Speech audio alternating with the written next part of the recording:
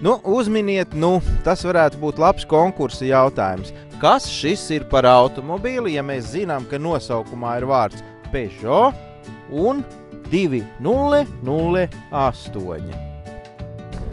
Ja man kāds pajautātu, kam šis automobīls tā pa īstam ir domāts, es laikam teiktu tā. Vidēja vecuma kundze, kas brauc uz skaistumu kopšanas salonu pa savām lietām, iespējams arī uz darbu. Kaut kā var būt netik labi šeit iedarās liela auguma vīrietis vai jauns puisis, lai gan auto ir pietiekami sprigans un, protams, moderns. Ja jūs gadījumā ziniet, kas ir Peugeot 208, tad šis ir 2008, kurš ir paaudzies augumā, es teiktu augstumā, un kļuvis no parasta maza automobīlīša par mazu krosoveriņu. Te zem motora pārsega nav nekāds nieks.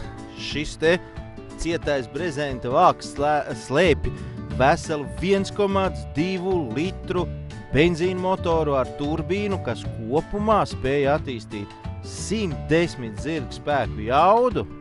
Ražotājs šim te iekšdedzes dzinējam ir paredzējis vidējo degvielas patēriņu 4,8 litrus uz nobrauktiem 100 kilometriem. Mums pagaidām nav izdevies atrast tik lielu nogāzi, pa kuru ripojot lejā, šis rādītājs būtu sasniedzams. Mūsu vidējais rādījums ir apmēram 6,3, 6,5, bet arī tas nav nemaz tik slikti priekš benzīna motoru. Ieskatoties cenu lapā, mēs saprotam to, ka Peugeot 2008 ir pieejams sākot no 13 964 eiro. Šis konkrētais gadījums, tātad mūsu mīļais sarkanais mazulītis, ikdienā maksā 20 617 eiro, bet nes kāpēc konkrēti šim un vēl dažiem modeļiem ir speciālā cenā 18 489. Tātad pa pāris tūkstošiem lētāk nekā parastā cena. Vismaz pirmos 5 gadus šā automobīļa īpašniekam īpaši uztraukties nevajadzēs, jo tieši 5 gadus Peugeot dod šim modelim garantiju. 5 gadus, jeb 100 000 nobrauktu kilometru. Tas kā kuram sanāk. Interesantas formas jumta līnija ir izdevusies Peugeot šim modelim. Tāds interesants ieliekums, lai nevajadzētu manipulēt ar loga izmēriem vai kaut kā tam līdzīgi. Tikpat interesants risinājums ir šī chromētā detaļa, kas it kā rāda ilūziju, ka šeit loks ir liels, bet patiesībā viņš ir tikai tik tālu. Pagabali izskatās ļoti labi, interesanti jebkurā gadījumā. Salonā nav nekas lieks, nav nekas pārspīlēts, te viss ir ļoti praktiski apdomāti, kā jau nelielam automobīlim pienākās. Ir 2 lietas, kuras personīgi man ļoti patīk.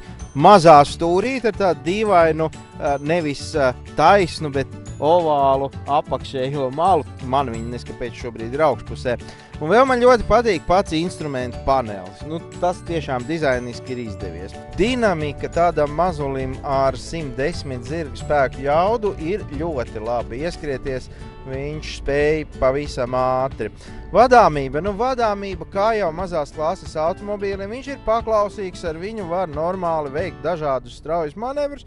Tāpat laikā tādiem ilgstošiem un gariem pārbraucieniem, kā piemēram Rīgā, Varšava, varbūt viņš ir mazliet par mazu, lai gan divatā nekādas vainas. Es domāju, ka šis varētu būt ne tikai pilsētas auto.